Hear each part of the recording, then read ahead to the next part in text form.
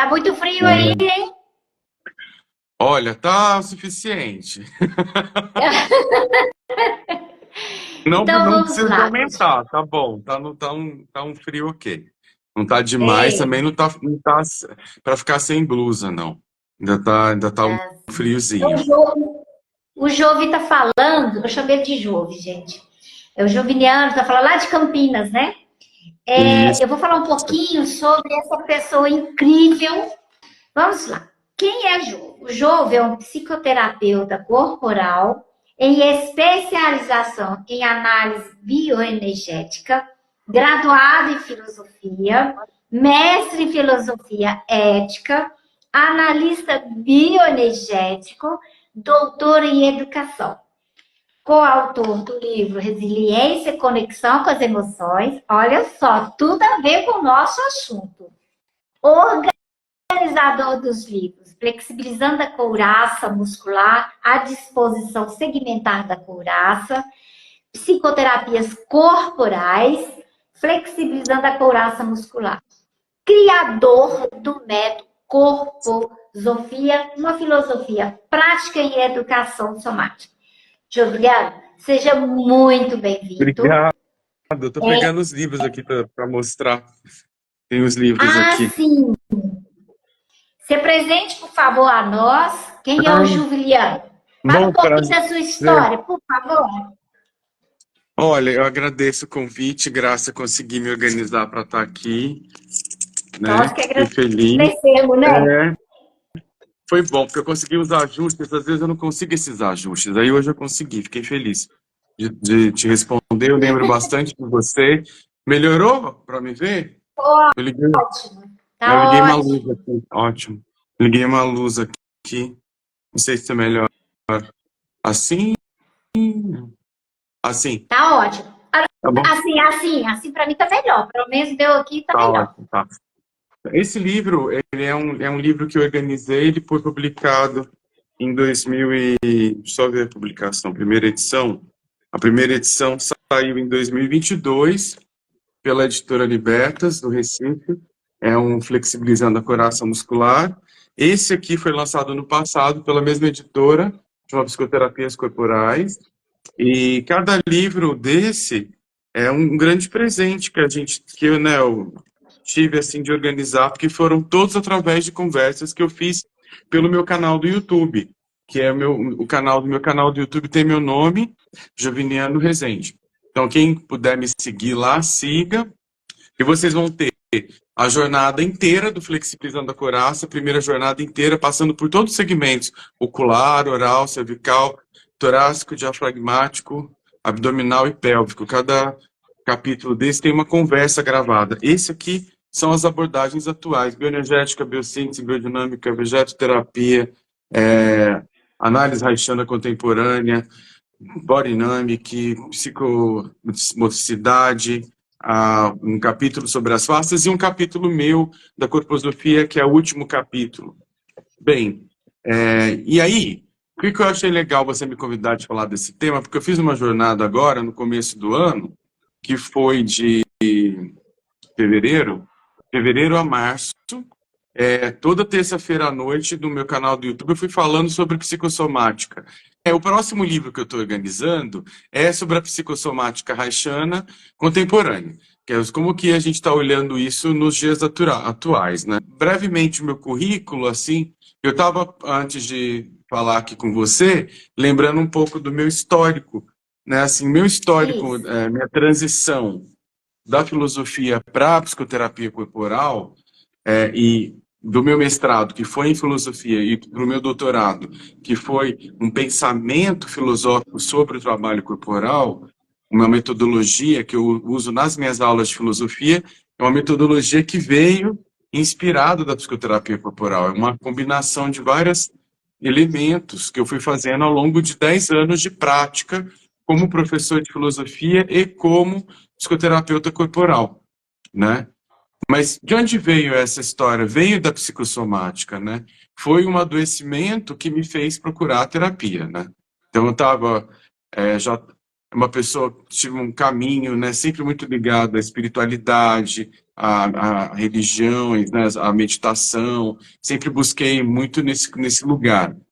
E com 21 anos, eu tive um adoecimento maior, que foi uma sequência de crises de pânico, né? Então, e o sintoma que eu tinha, isso é importante nessa conversa da psicossomática, né? O sintoma, ele é um recado do nosso corpo, né? Então, eu tinha um recado. Qual que era o meu recado ali? Uma enxaqueca muito forte e as crises de pânico. Esse foi meu recado, né? Esse recado, ele veio com 21 anos por aí, né? E aí eu procurei uma medicação e médicos e psicólogo, normal, como qualquer pessoa faz, né? E aí dentro de uma... Eu lembro que foi num posto de saúde, eu estava no pronto-socorro, na UBS, com uma crise forte de enxaqueca, com náusea, com labirintite. Eu já tomava medicação para labirintite e medicação para enxaqueca já, né? Com 20 e poucos anos. E aí o médico falou, olha, você já experimentou fazer yoga?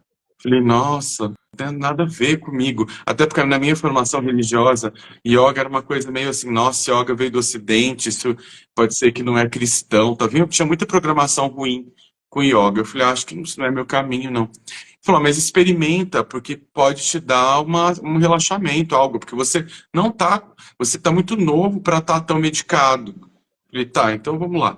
Aí eu fui fazer uma aula de yoga, eu tinha 21 anos. E aí, quando eu saí, na aula eu só achei aquilo muito diferente, porque na aula de educação física da escola não se tinha nada daquilo, né?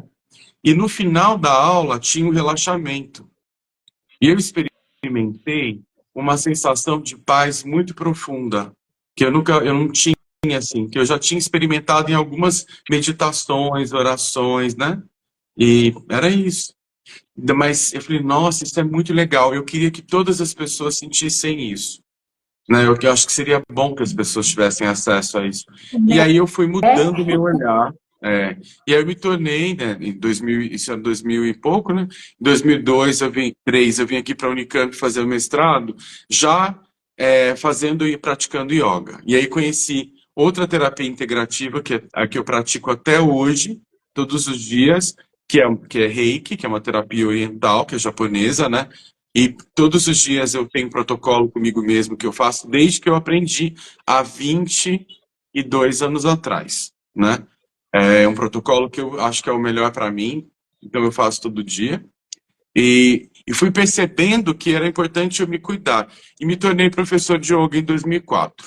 Em 2003 para 2004. Eu dei aula de yoga durante 8 anos. De 2004 a 2012 eu tinha turmas regulares. E aí, durante as aulas de yoga, eu ia percebendo que alguma postura ou outra, ela favorecia alguns estados emocionais ou não. Às vezes piorava um estado emocional ou às vezes melhorava. E aí eu fui para a yoga terapia, minha primeira formação nesse caminho, assim, né? Ayurveda. Depois, um amigo meu falou, não, você quer saber muito as razões emocionais, você quer saber muito a origem disso. Foi 2006. Você vai estudar, então, o Reich e o Lowen. Mas quem era, né? Não tinha ninguém que eu conhecesse ali. Eu era professor na Universidade Federal de Uberlândia. Na época, eu dava aula de filosofia, né, num cargo ali na Federal de Uberlândia, substituindo, na época, o meu orientador, que tinha saído para fazer pós-doutorado. Era bem assim, eu pegava as matérias que ele dava, né? Mas fiz um projeto de extensão na UFO, e dava aulas de yoga para funcionários, estudantes e comunidade. E ali foi maior a minha observação, que eram corpos muito diversos e que as reações eram muito diferentes. Aí eu encontrei uma terapeuta haitiana, que era a Maria Helena na época, hoje ela já faleceu, e eu aprendi primeiro vivência que eu fiz das couraças foi com ela, em 2007. E aí, em 2011, eu já aqui em Campinas para fazer o doutorado e tudo, né? Eu fui atrás da formação internacional em análise bioenergética. Aí eu entrei para o Instituto Ligar e fiz a formação lá, me certifiquei em 2015 como facilitador de TRE, que é as técnicas de redução do estresse, e também como analista bioenergético pelo Instituto Internacional de Análise Bioenergética.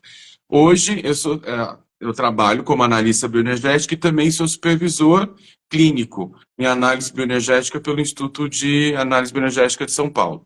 Então, e também dou aula em vários lugares, né, que me convidam, e tenho estudado bastante gênero e sexualidade, que é o que mais me interessa, porque é o que mais me marcou na minha história, né? O que mais me marcou na minha história foram muito dos bullying e dos pânicos que eu tinha, eram questões de homofobia, eram questões de violência que eu tinha sofrido na vida e que elas voltaram como sintoma.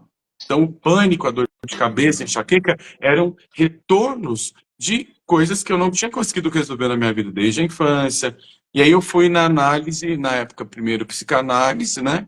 Muito tempo, depois a psicanálise junguiana e depois por Reich. Aí eu nunca mais saí. Eu acho que essa abordagem reichiana ainda é muito contemporânea, né? Por isso que eu estou no meu YouTube desde 2019, fazendo resenhas da bioenergética, de livros do Reich, porque eu acho que são fundamentais para a gente compreender o adoecimento contemporâneo, que é um outro adoecimento. Então, contando a minha história, eu fui tentando como que chega o tema da psicossomática para mim.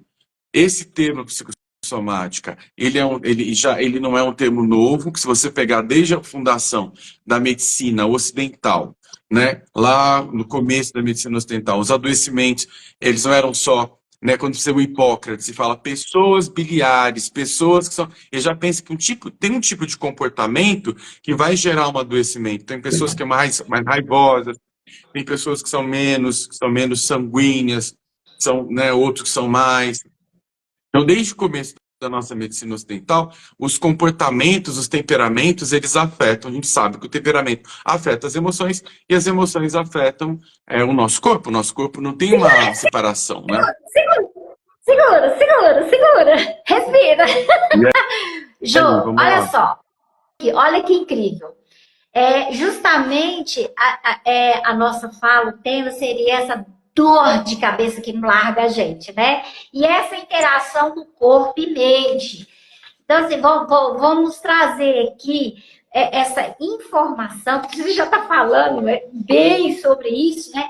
Vamos detalhar o que é essas doenças psicossomáticas, que, assim, nós que já estamos no meio, a gente entende. E muitas pessoas, às vezes, algum ouvinte aqui ainda não entendeu o que é isso. Você pode falar aqui para nós? E porque, sim, pelo que eu vi, o que vocês resolveram estudar esse tema, né? Retoma para mim, por favor. Justamente pela minha própria. Eu nunca pensei em fazer psicologia na época da graduação.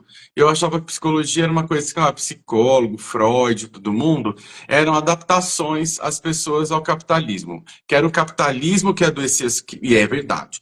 O capitalismo, o sistema, adoece as pessoas. Então, por que eu vou ficar fazendo terapia daquilo outro, se o problema é social? A questão não é uma questão de um indivíduo, é uma questão ampla, econômica, global, é um planeta que está em aquecimento global, não é uma cabeça só que está doendo.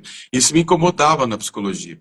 Mas com o meu próprio adoecimento, e a partir do meu próprio adoecimento, eu fui encontrando essas ferramentas e maneiras de ver. E quando eu encontrei o Reich, foi muito importante. Porque o Reich é um pioneiro na psicossomática, né? Ele é um pioneiro no pensamento da psicossomática, por quê?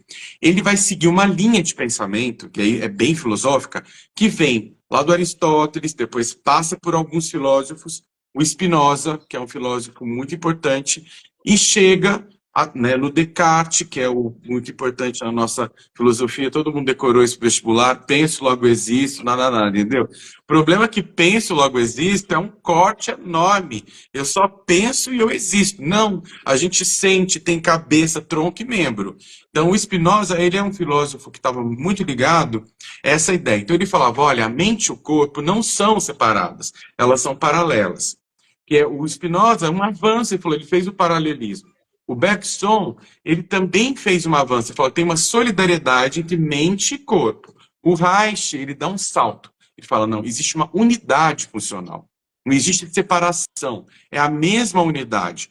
Não tem assim, aconteceu na minha cabeça, aconteceu no meu corpo. Acontece tudo ao mesmo tempo. Então, a partir dessa unidade funcional, corpo, mente, emoção, né? E depois ele percebe, a gente pode chamar de espírito, né? Que ele vai, no final da vida, perguntar isso para o Reich, estava escrevendo Éter, Deus e o Diabo.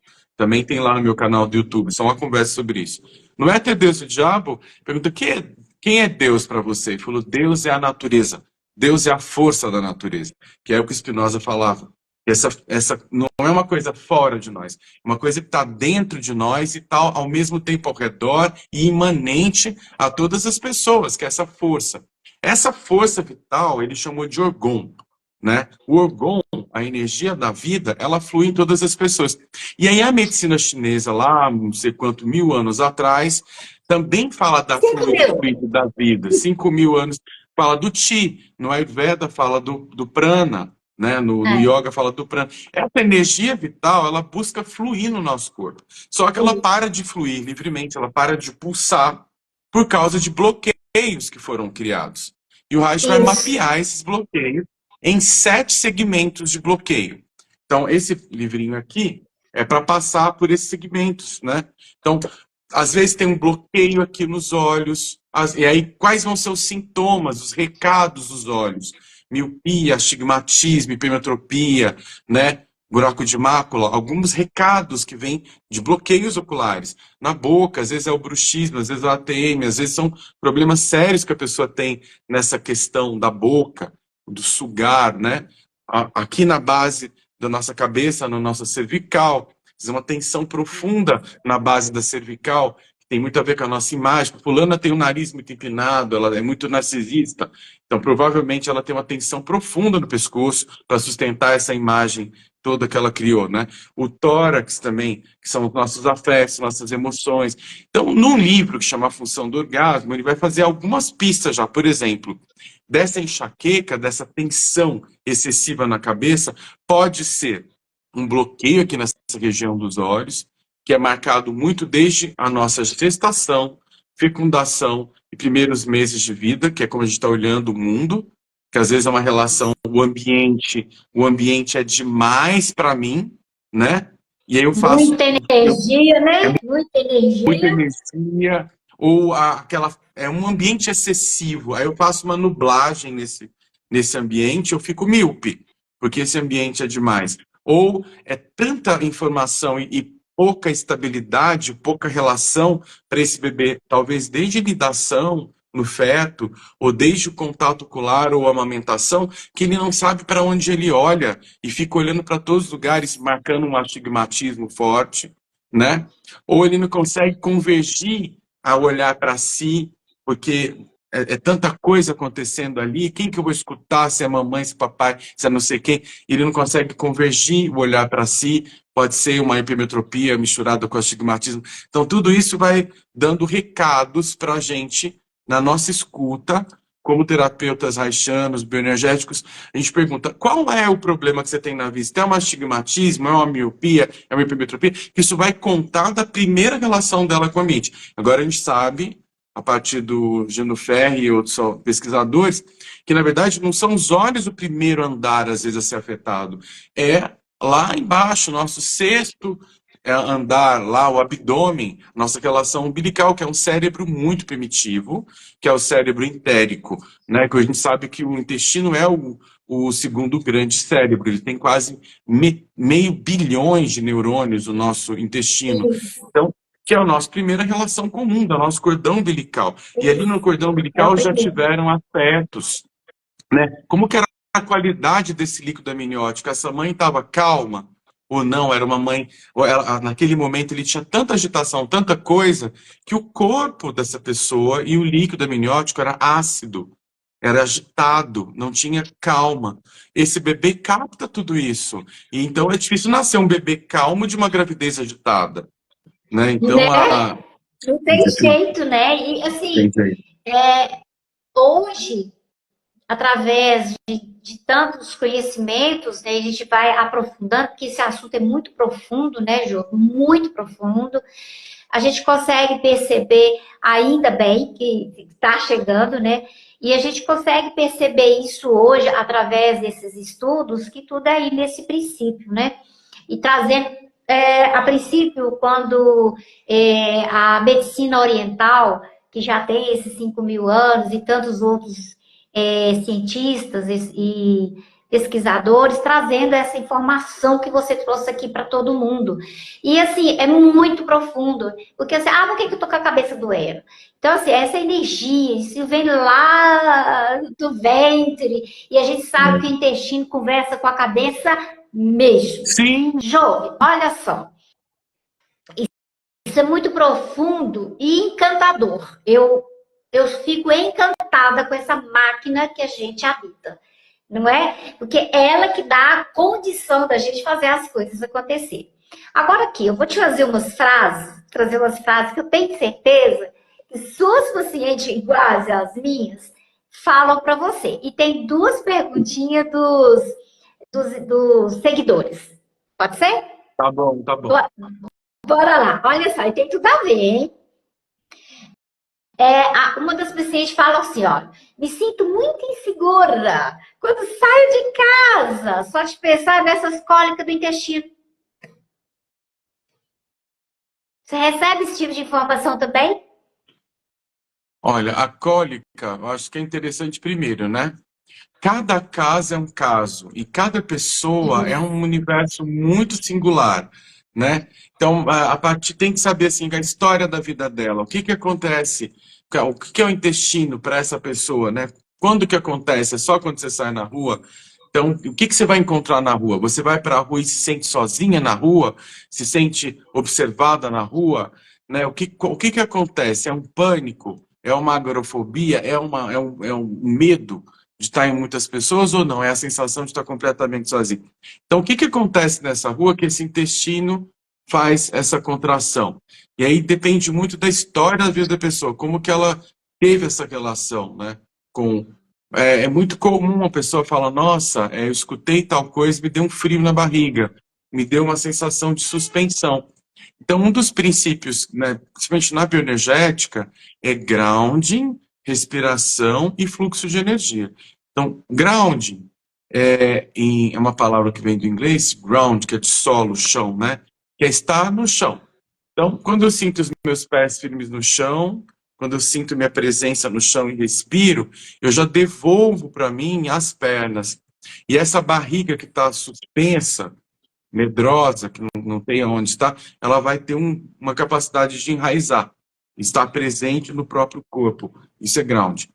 Então, estar aqui agora, estar em contato com essa realidade. Mas todas as nossas defesas, seja um bloqueio ocular, seja um bloqueio oral, seja um bloqueio do tórax, eles fazem uma retirada do chão. Então, estar em contato com o chão é estar em contato com a realidade, né? E aí, pensando na sola dos nossos pés, né? Você que é da acupuntura e tudo. Na sola dos pés tem todo o mapa do nosso corpo, né? Que é na reflexologia. Mas dentro da Reflexologia. sola do pé, o meridiano do rim, né? Que está ligado aos medos. Então, às vezes a gente não quer entrar em contato com... Fico suspensa na minha barriga para não entrar em contato com o chão de medo, né? Eu tenho medo de entrar em contato com o chão. Mas que medo é esse? Como que vem esse medo? De onde veio esse medo? Compreender esse medo, que provavelmente não é de agora, né? E conversar com a... Nossa, olha que incrível Oi. que você trouxe para nós. Olha que incrível, né? Porque assim, muita gente fala assim, põe o pé na terra, vai lá descarregar essa energia. Olha a profundidade do que você trouxe para nós, né? Para todos os ouvintes, de entender, né? Por que eu não quero enfrentar essa realidade, né? A gente fala, volta para a terra, pisa no chão, né? Isso foi muito incrível, João. A pessoa está com Encantador. muito medo, ela não quer, ela vai falar, eu não vou pisar no chão de jeito nenhum. Porque pisar no chão, entrar em contato com o chão, é entrar em contato com a realidade. Essa realidade é muito dura. Por isso que, uma defesa muito básica nossa é o negacionismo. Quantas pessoas, a gente percebeu isso na pandemia, né? Tantas pessoas negacionistas. Por quê? É muito difícil entrar em contato, ligar a televisão e ver aquele tanto de gente morrendo, como se fosse um filme de terror. E a pessoa fala, não, não é verdade, não pode ser verdade. Então ela entra em negação. Então o negacionismo é um mecanismo nosso de se defender da dor. Só que a gente, negando a dor, nega a vida. Porque a vida é composta de dor, de prazer, de alegria, de tristeza. Então, estar em contato com a realidade, está em contato com a realidade da vida. Então, vai ter dor, mas também vai ter prazer. Então, o Lowen fala uma coisa muito interessante sobre respiração, que é respirar profundamente é sentir com intensidade. Você fala, ai, para, você está ansiosa, respira, respira. A pessoa fala, não vou respirar. Porque ela sabe que se ela respirar, ela vai entrar em contato, sentir com intensidade, pode ser que aquele medo aumente. Ela fala, nossa, mas meu Isso. medo está piorando. Não, você estava com medo, mas agora você sabe que isso chama medo e traz isso para o domínio do eu, que é o famoso Nossa, gente, ó, divertidamente, né? guarda essa informação. Olha que incrível. Outra aqui, Jô, olha só, vê se já apresentou essa para você. Ó, meu marido e meus filhos zombam de mim. Do tipo assim, estou falando a verdade, eu me sinto que eu vou infartar. Isso apareceu já para você também? Então, na hora do pânico, por exemplo, a pessoa tem certeza que está morrendo, né? Lembro quando eu tinha crises de pânico, eu trabalhava numa. Nossa, era uma época muito difícil, porque eu trabalhava, fazia mestrado, trabalhava numa telefonia, trabalhava.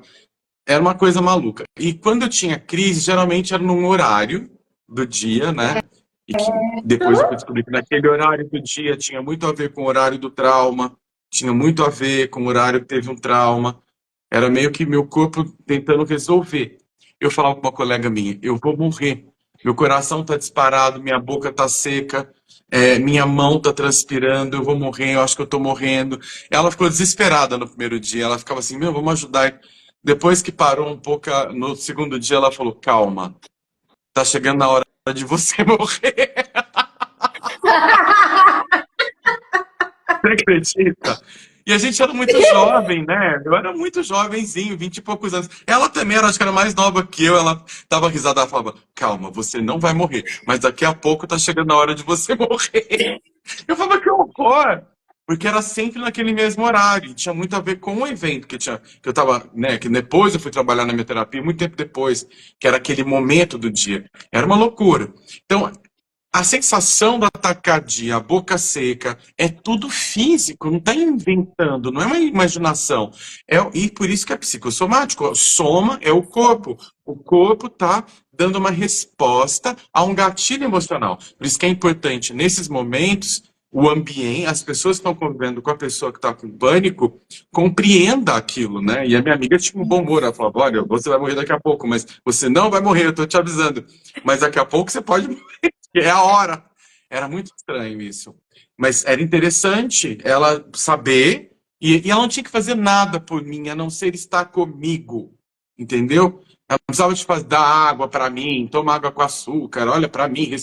Não precisava, só dela estar ali, eu olhava na cara dela e aqui eu sabia que aquilo ia passar. Só que, por quê? Eu já estava em terapia, eu já estava fazendo yoga, já dava aula de yoga na quase. Então, eu já sabia que eu tinha que passar por aquele portal, que era o momento do pânico, né? Ótimo. Que conta muito de uma tensão, pode ser, não é nada que eu estou falando é universal, tá? Mas pode ser uma tensão profunda na base do crânio e o medo de perder o controle, né? Então, essa tensão profunda que corta mesmo a circulação da cabeça, pressão alta, uma tensão muito aqui, né? Porque a circulação não está acontecendo na hipertensão hipertenso, Sim. então não consegue relaxar, tem muita tensão interna. Então, diminuir aquela Esse, tensão, respirar. E uma coisa que é importante, que assim, a gente está falando para um monte de gente, depois vai assistir, não sei nem quem vai, mas tem algumas estratégias, o Reich usava essa respiração, e tem a primeira ou segunda conversa que eu deixei lá gravada no YouTube sobre a psicossomática, uma professora, ela aplicou essa respiração em mais de 300 casos e colocou os aparelhos de neurofeedback. Ela percebeu que de 300 casos, mais da metade dos casos melhoraram a crise de ansiedade. É muito simples, que é privilegiar a expiração no dobro do tempo. Quer dizer o quê? Eu estou inspirando em 3, eu vou soltar o dobro, 6. Se eu vou inspirar em 4, vou soltar 8.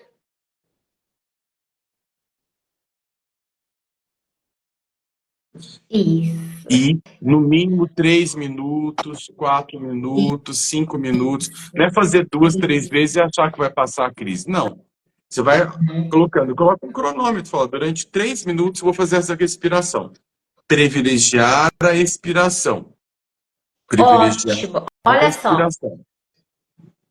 Isso. É assim, é muito técnica, né? A gente tem muito caminho, não é verdade? A gente tem muito caminho. Mais duas perguntinhas, né? Porque ainda a gente tem muitas coisas para falar aqui que, nossa, eu tô adorando essa nossa conversa, Jove. Tem muito tempo que a gente não se vê, né? Eu esqueci de falar, gente, o Jovini foi meu segundo professor na área de terapia. E assim, eu tenho muita honra e consideração de você estar aqui com a gente, viu? Bom, Ah, olha só, teve um assim que falou assim, um seguidor, dois, né? Um falou assim para mim, eu queria entender mais sobre artrite psoriática.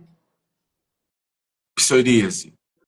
Seria É, a uma psoríase. crítica que dá que é o sintoma da psoríase. Olha, A psoríase e a artrite, que ela tem ao é, mesmo tempo. vem ao mesmo tempo. Bom, é isso. Cada caso é um caso, cada pessoa tem uma história, tem que ver. Tem 3 perguntas para a gente começar. O que é isso que está acontecendo? Onde acontece? Como acontece? E quando começou? Certo? Por exemplo, isso está acontecendo, artrite e crise de psoríase. Onde? No cotovelo? É no pé? Que lugar do corpo? Porque cada lugar do corpo tem um registro de fase. Nos olhos, é na boca, é no tórax. Onde? Como que Isso. acontece? É com muita coceira, é com menos, é com, sei lá, usa o medicamento tal melhor, outro medicamento. Como que é isso para você? E quando começou essas crises? Porque o quando, ele vai, por exemplo, ó, a gente vai ver, né? Quando começaram as minhas crises de pânico? Eu fiquei consciente da primeira crise com 21 anos. Mas provavelmente eu tive outras anteriores. Daquela foi fortíssima. Então ela me marcou.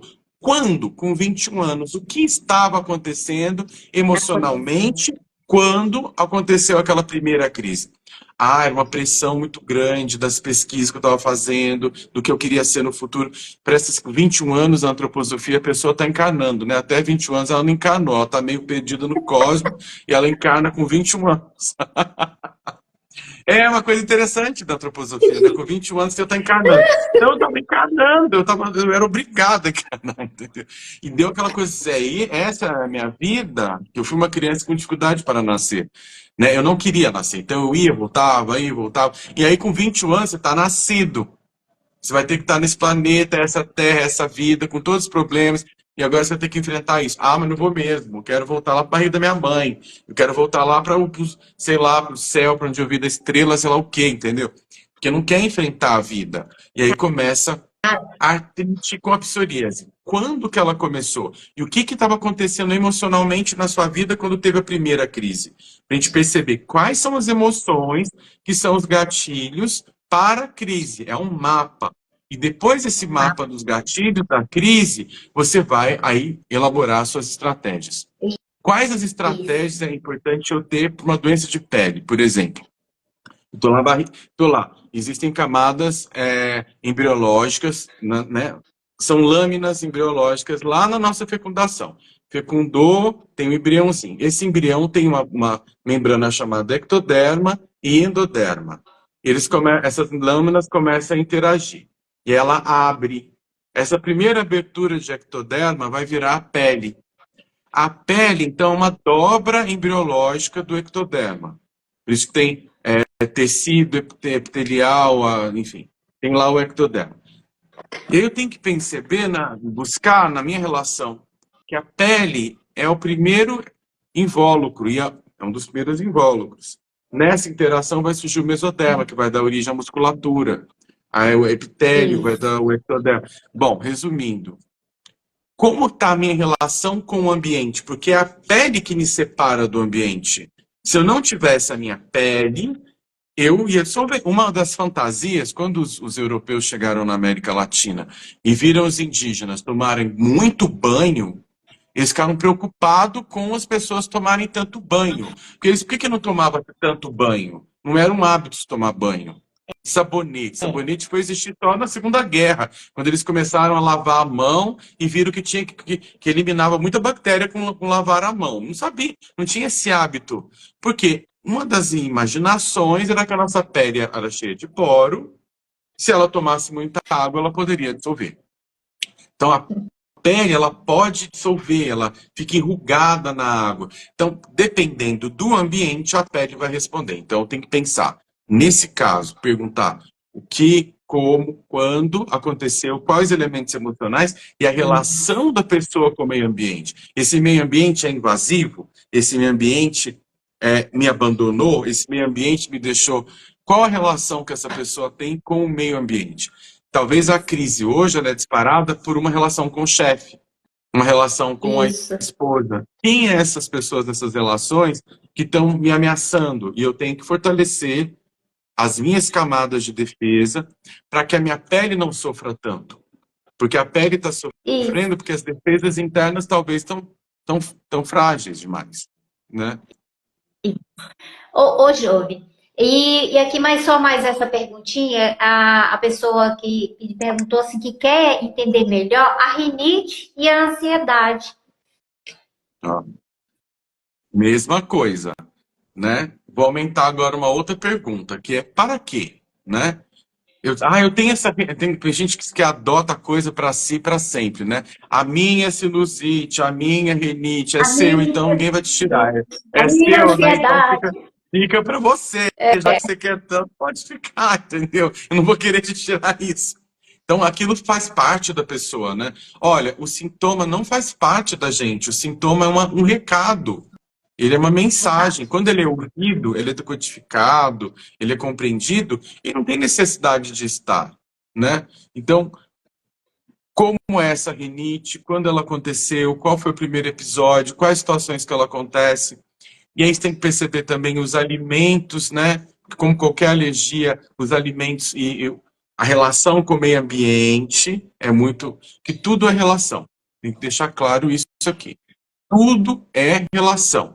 Desde a fecundação, gestação, nascimento, relação, tudo é relação e separação. Como é que você separou do nascimento? Como é que você separou no desmame? Como que você separou indo para a escola, indo para aquele ambiente? Como que você separou, talvez, montando a sua própria família ou saindo do seu país? Como que foram as histórias das separações? Que as histórias das separações vão contar a facilidade ou dificuldade de se fazer passagens. Pode ser que essa rinite surgiu em alguma dessas passagens, né? Pode ser que surgiu na adolescência, que é uma grande passagem, né? É muito hormônio, é muito acontecimento que está acontecendo Muito ali. E aí, isso. o que perceber? O meio ambiente ele influencia muito. Então, a qualidade da alimentação, o que essa pessoa come que dispara essa rinite. Aí tem aquela coisa, quantos anos que eu estou nessa história aí? Tem uns 20 anos, né? Nesses 20 nesses 20 anos, então eu fui conhecendo muitas leituras, né? Tem uma que aqui em Campinas era super forte, a Cristina Cairo. Uma vez a Cristina Cairo veio aqui em Campinas, ela lotou o Salão Vermelho da Prefeitura, não tinha como sentar, que era a linguagem do corpo, e ela tem uma leitura específica da linguagem do corpo. Depois tinha outra que eu gostava também, que era era sobre o corpo fala, não sei o que lá. E depois teve outra que eu conheci quando a boca cala, os órgãos falam, que é a leitura da Adalberto, da terapia comunitária. Depois vai ter o The Language of the Body, que para a gente foi traduzido como o corpo em terapia, que são a leitura do Loida. O que eu pego? Tudo isso está na minha cabeça. Tá, mas na hora que eu estou com aquela pessoa, eu esqueço tudo que eu estudei. Eu estou com aquela pessoa e ela vai me dizer o que é a rinite dela, Isso. quando que a rinite começou, como que é essa rinite para você? Tem alguma coisa que você comeu, ou tem uma coisa que você falou, ou que você não falou, e que veio essa rinite? Que nessas leituras genéricas, assim, todas as IT, elas têm a ver com raiva, com irritação, né? Sinusite, artrite, rinite. tem a ver com uma irritação, com uma raiva. Mas isso é uma leitura muito simplória. Você pega você na medicina chinesa, o fígado. Ah, o fígado é raiva. O fígado não é só raiva. Tem uma camada de tristeza no fígado, tem uma camada de mágoa É, no fígado, tem uma camada de é, tristeza no fígado. é, Ah, o problema no fígado é raiva. Não necessariamente, não. pode ser que é uma camada de raiva, mas muitas vezes a gente tem raiva de sentir o que a gente está sentindo, e às vezes a raiva é porque você está com culpa. Nossa, eu tô tão Isso. culpado de não ter feito, eu tô com uma raiva de não ter feito aquilo. Então a raiva tá com uma camada de culpa. Ou eu tenho Tem medo, eu tenho camada de medo. culpa, É, a camada do medo e a camada da tristeza. Tudo mostra ali, né, no fígado. então, Olha, são camadas. Jô, Então, eu tô com muito medo de sentir minha raiva. Eu tenho uma raiva que é tão isso, assassina que eu acho que vou matar as pessoas. Ah, tá. Então eu tenho muito medo de sentir essa raiva. Então eu cubro a minha raiva com uma camada de medo. Então eu sou aparentemente muito medroso, muito tímido, bem medrosinho, mas no fundo tem uma raiva terrível. E essas raivas, elas podem não serem. Quando a raiva, que é uma emoção muito positiva, a raiva é uma emoção, a raiva é uma potência que não pode vir para fora. Era isso. algo que é uma potência que você tem, mas ela não pôde vir para fora, ela foi cortada. Quando você coloca aquela potência, você sai da raiva como negatividade e vai para a assertividade, a raiva vira nossa amiga. Para o movimento, né? Vai movimentar, né? E é Isso, sim, isso mesmo. é muito Isso é uma clareza legal. muito grande aqui nesse momento, né? E, Jove, aqui nós já falamos de algumas doenças psicossomáticas nesse movimento, né? Porque não dá para falar tudo, porque a gente sabe que o universo é enorme, nós somos um universo diante de um universo, vamos dizer assim, É um né? E são microcosmo, né? A gente tantos, tem um é microcosmo. o micro, isso! E esse micro vai por um macro, então, assim, essa fala, esse encantamento, eu acho isso incrível, como já te falei, e já trouxemos essas práticas, né, do que a gente está trocando aqui, tanto as suas, quanto eu também recebo tudo isso nos meus atendimentos, e afinal de contas, tudo isso você acabou de falar, como que surge essas dores, né, que origem que é que você trouxe para nós, a origem, trouxe como que ela se mostra, né? Que é aí dessa origem, que é mesmo ali na nossa formação, aquele ser que está nos gestando, né? Que você trouxe para nós, como que ela está? Porque assim, Jove, só um Como que é o adentro, ambiente, né? Como que é esse ambiente? Que a isso, mãe, esse ambiente, a mãe não é só a pessoa, ela é o ambiente composto pelo pai, pela, sei lá quem está ali, se é a mãe, se é outra mãe, se é outro pai, se é uma família, mas o bebê ele tem uma relação ambiental com o líquido amniótico, com o útero, o intrauterino, depois ele vai para aquele outro profundamente, ambiente, né? tudo muito registrado, né, Ju? E assim, a gente, às vezes, se eu tô com isso, então é culpa da minha mãe. Pode alguém pensar isso? A gente, aquela mãe, aquela mulher que está naquele momento, ela não tem conhecimento disso, e é um ser também que tem psicossomática E várias questões geracionais, transferindo. hereditárias, né? Questões Isso, né? hereditárias, questões transgeracionais, né? É, Muito mais desse complexo, micro né? mesmo, isso, do micro ao macro mesmo, né, Ju? E você poderia aqui agora compartilhar conosco, neste momento, se for possível, algum caso que te marcou, né, de tratamento, e controlou uma doença psicossomática e Aham. seus resultados assim, alcançados? Eu tenho um caso que foi interessante, porque ela eu geralmente mando uma anamnese e a pessoa faz uma anamnese e a entrevista, ou antes eu fazia uma entrevista com uma anamnese junto. Hoje em dia não. Hoje eu tenho uma anamnese que eu falo para a pessoa, olha, se você quer fazer terapia comigo, você quer fazer terapia comigo? Você vai responder isso, depois a gente vai conversar. Porque já me adianta Isso. muita coisa, eu faço muitas Sim, perguntas, dá para pensar sim. nesses sinais gravados, nessas passagens, né, que a vida já deu, que já vai me dar uma ideia do que eu estou lendo. E aí, na hora da entrevista, eu entro mais na emoção, mais do que a pessoa está sentindo, do que ficar anotando, porque a emoção é a matéria-prima desse trabalho, porque é a emoção, que é esse movimento, a dor, conta de um bloqueio de movimento, de fluxo. Então, a emoção ela vai dar uma pista de qual é o movimento que está interrompido, que pode ser facilitado, que pode ser desbloqueado. É um caso interessante, porque ao nascer, essa criança, então, ela tem muitos sinais gravados intrauterinos e de primeiro mês de vida, né? Que na nossa leitura da bioenergética seria um traço esquizoide, né? Ela tinha um traço era muito mental, muito racional, tudo tinha que ser explicado, tudo aqui muito racionalizado, tudo muito controlado. Então ela tinha sintomas, ela chegou através de um trabalho que eu faço com dinheiro, e ela estava gastando muito, muito descontrolada com dinheiro, e era inicialmente a queixa, mas os sintomas eram enxaqueca, né? Ela tinha uma enxaqueca, e também tinha Olha só. muita raiva das mulheres, muita raiva das mulheres. Todas as mulheres eram, claro, né? Qual que é a ideia? Quando, na gestação, o casal já era muito conflituoso. Então, aquele bebê já vinha para salvar o casamento, né? E aí, o pai ali não tinha tempo para aquilo, a mãe também. E aí, para não perder o casamento, quer dizer, aquele bebê não foi capaz de salvar o casamento. A mãe deixa ela ser cuidada, acabou de parir, dá para outra pessoa cuidar. Então, ela não teve esse contato ocular muito da própria mãe. Foi para uma outra pessoa que não escolheu ter filho.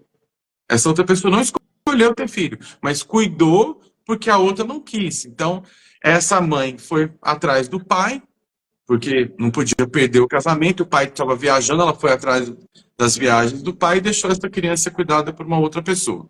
Então, ela nunca teve muito contato ocular, muito afeto, e, e as mulheres eram que ela mais desconfiava, porque a primeira relação dela com uma mulher, que era a mãe dela, foi muito difícil, né? E aí, o que eu Certo. trabalhei com ela durante um ano e meio? Durante um ano e meio, assim, basicamente nas sessões. Eu tenho uma ferramenta que eu gosto bastante, que eu uso muito, que eu já.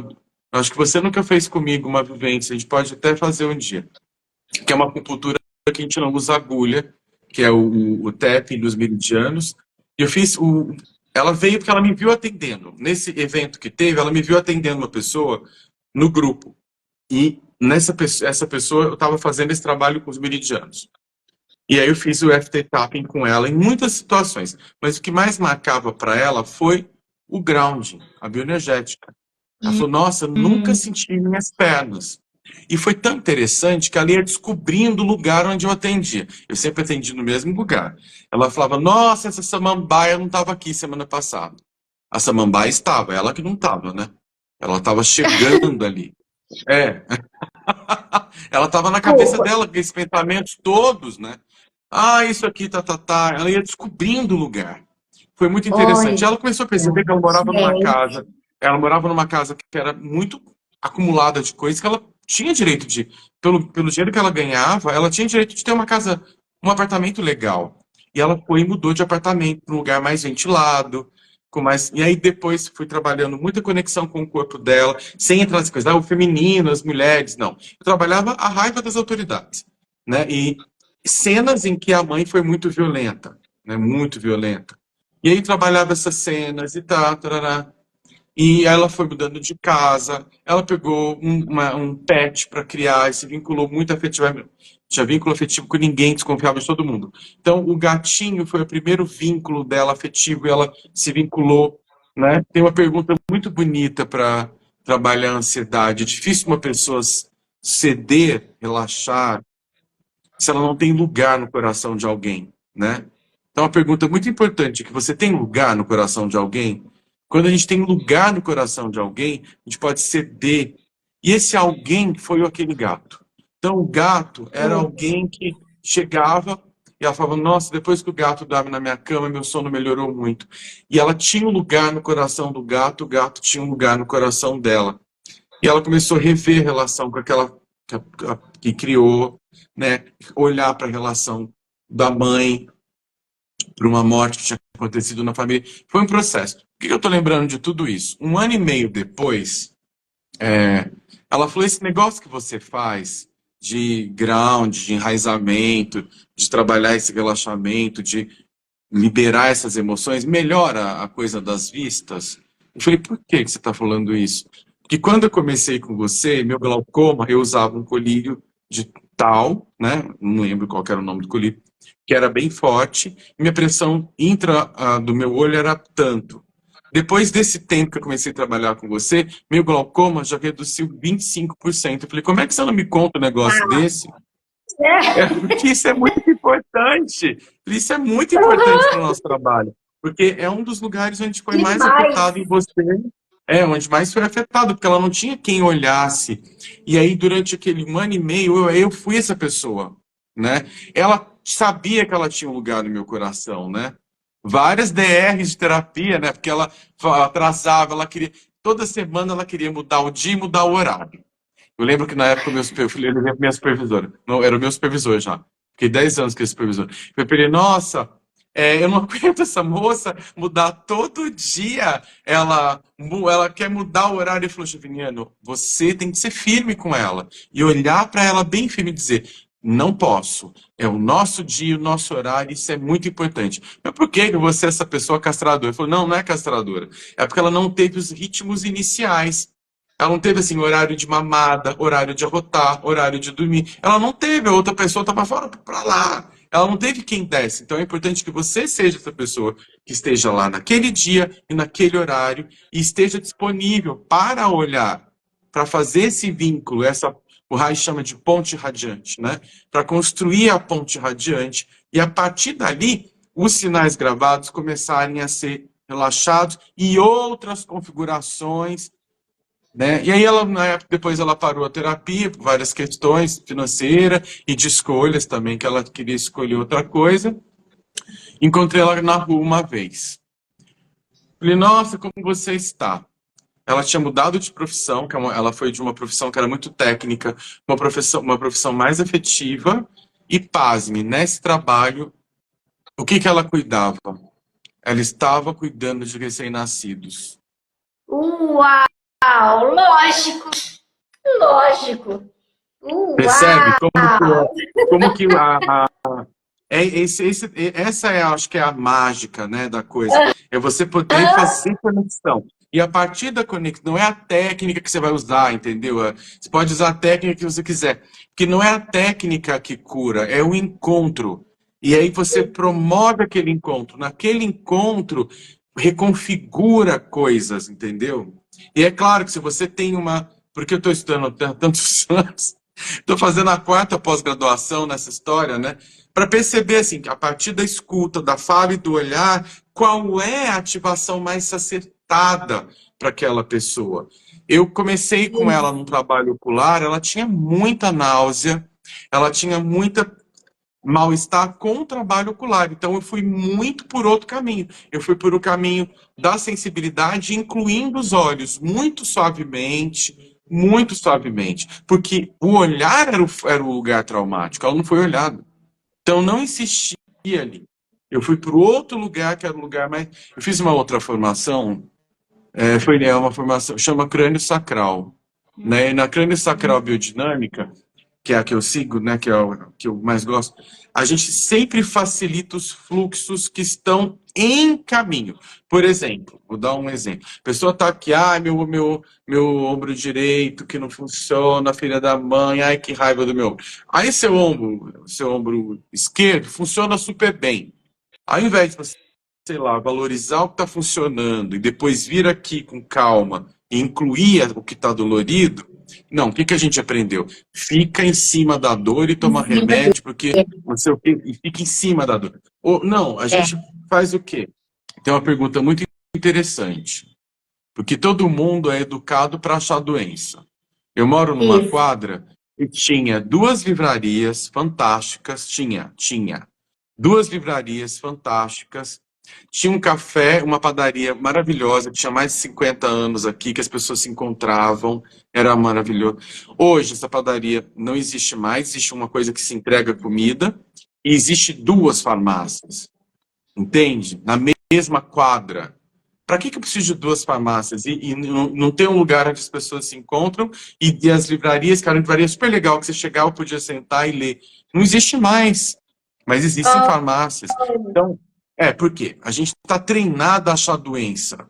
Então, uma pergunta que é interessante é: onde está a saúde?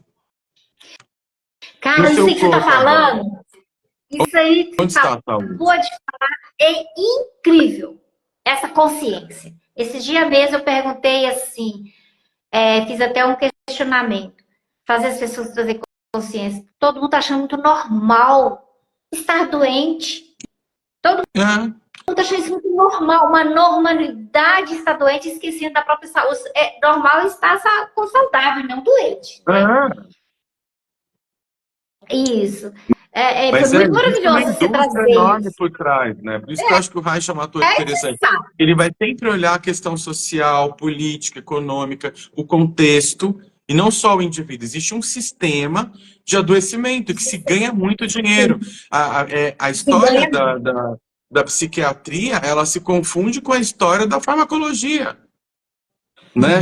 Você tem a medicina, mas você tem. Agora começa a história da psiquiatria. Mas, quer dizer, a história da psiquiatria só começa com a história da indústria farmacêutica? Claro que tinha antes, e era muito mais rico. Os vitalistas, né? A escola dos vitalistas, a escola que vinha do Hipócrates, enfim. Mas aí quando vem a indústria farmacêutica, se tem uma força grande na psiquiatria, porque elas fortalece muito no fármaco. O fármaco é importante em alguns momentos, é fundamental o fármaco, Sim, porque ele vai ajudar a sim. pessoa a sair daquela crise, se reorganizar. Existem casos e casos. A questão é Ah, que hoje não se faz a pergunta mais, sabe? né? Essa criança, ela está agitada, mas qual atividade física que essa criança faz? O que de lúdico ela faz? Não, ela tem TDAH, tem que tomar Ritalina. E, e ponto final. Não, acho que é muito mais complexo, né?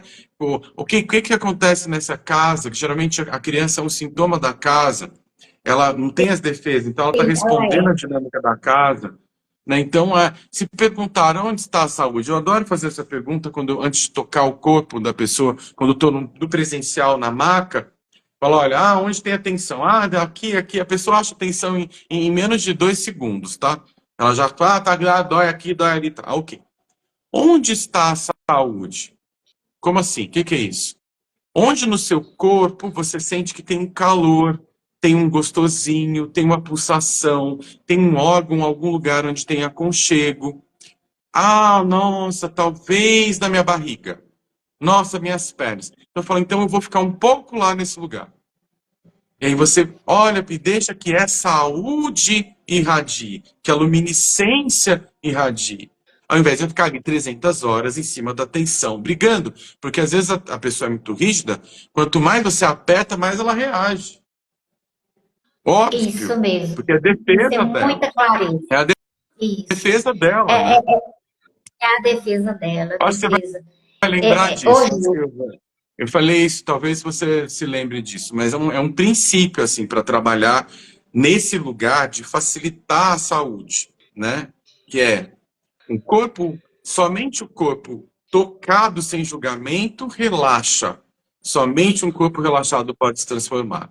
Isso é muito importante. demais. Porque quando o corpo da pessoa já está contraído e você vai olhar caçar doença em cima dela, você vai achar problema, o protoplasma, o corpo fluídico dela vai assim, e mais uma pessoa para me julgar.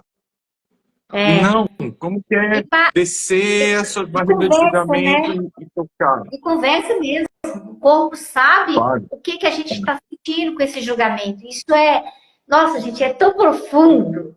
É tão Mas é muito profundo simples que, também, assim, mas é tão simples, não é? simples e profundo e mágico. Eu amo, porque assim, se eu toco na pessoa, estou ali fazendo aquele movimento sem o julgamento, ele Sem recebe, julgamento. né? A gente Isso. sabe que ele recebe e aquilo ali flui, solta, né? Jove, olha, estamos chegando aqui ao final dessa conversa incrível, maravilhosa, sabe? Eu vou, assim, já te agradecer pelo movimento que você fez para estar aqui comigo, conosco, né, nesse Meus clientes que bate-papo. marcaram, eu falei, se você vai, eu vou marcar você na terça e você na quarta.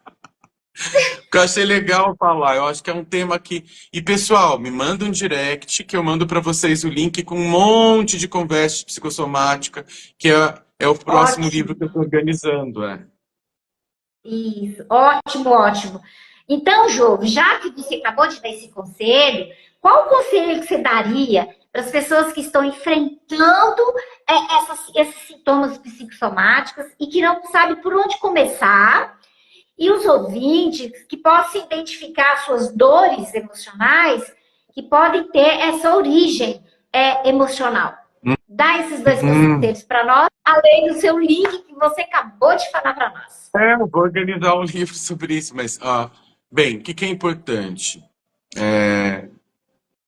A resposta, a resposta para as nossas perguntas, elas estão no nosso corpo, né? Parem de, não, conecta com o seu corpo e começa a perceber as respostas que o seu corpo está dando. Ao invés de começar a achar que a doença é uma maldição, né, ou ela é um atrapalho na sua vida, quando eu comecei nessa história, era 2004, 20 anos atrás, hein?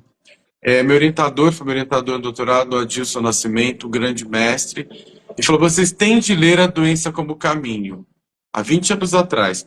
E na doença como caminho tem um capítulo que chama questionamento profundo. No questionamento profundo, o primeiro movimento nosso é parar de lutar contra aquilo, está lá, entendeu? Isso está. E olha para essa parte sua dolorosa e conversa com ela, né? Qual a mensagem que você está me dando com tanta intensidade? Às vezes é uma dorzinha, você não para prestar atenção no que está acontecendo dentro de você, ao redor de você e no ambiente. E às vezes ela vai aumentando, ela vai como se fosse virando uma sirene. Nossa, mas é uma mensagem muito intensa.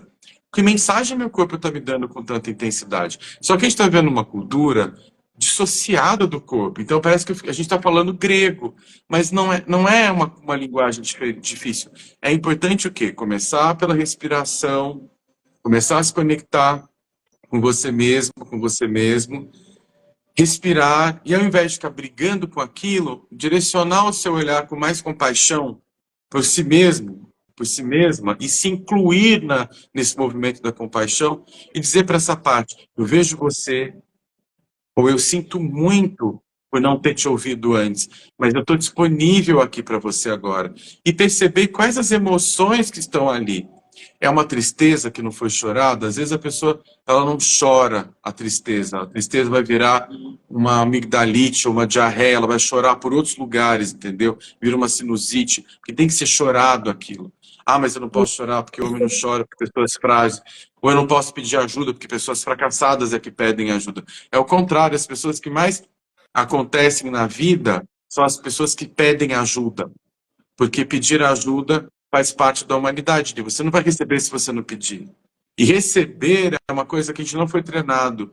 Receber não tem a ver com se esforçar, tem a ver com se permitir. Então, se permita receber do seu corpo essas respostas. E aí, se você tem dificuldade, né, de fazer essa conexão, busque aumentar a sua conexão com o seu corpo e ao invés de olhar a doença como uma maldição, pode ser que a sua doença seja um caminho de muita transformação, como foi para mim, né? Foi através desse Bingo! adoecimento, Bingo! né? Foi através do meu adoecimento que eu pensei, o que está acontecendo comigo? Né? Eu quero tomar esse tanto de remédio o resto da minha vida? Ou eu vou parar e falar, não, eu acho que eu posso começar a me olhar, me observar e cuidar de mim, mudar. Tem uma coisa interessante. Qual é a escolha que eu posso fazer diferente aqui? Talvez uma pequena escolha diferente que você faz que vai mudar a sua perspectiva sobre aquilo. E aí seu corpo está te dando essa mensagem. Talvez é uma escolha diferente, talvez são relações diferentes. Talvez a toxina não está sendo ingerida pelo alimento. Talvez a relação é tóxica. Talvez o ambiente está tóxico. Então você tem que mudar ou se defender mais desse ambiente ou trocar de ambiente. Né? Como que é essa relação? Pensem na relação com o corpo de vocês como uma amizade. Nosso corpo, nós somos nosso corpo, então nós somos nossos próprios amigos.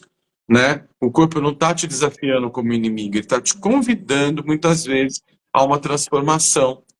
E a vida pede passagem, a vida quer seguir. quando eu faço esse movimento e quero segurar o ar, né? Se eu sou uma pessoa acumuladora, vou inspirar e vou só acumular o ar, acumular o ar. Tem uma hora que vai assim, o corpo vai jogar tudo para fora, porque a vida pede passagem, ela quer seguir. E às vezes o bloqueio é justamente uma necessidade da pessoa querer segurar algo que tem que deixar ir, deixar fluir, né? Tá bom, pessoal? Agradeço. Me sigam aí no Instagram, lá no meu YouTube, Joviniano Rezende, a última jornada, que é a quarta jornada, são 4 jornadas já.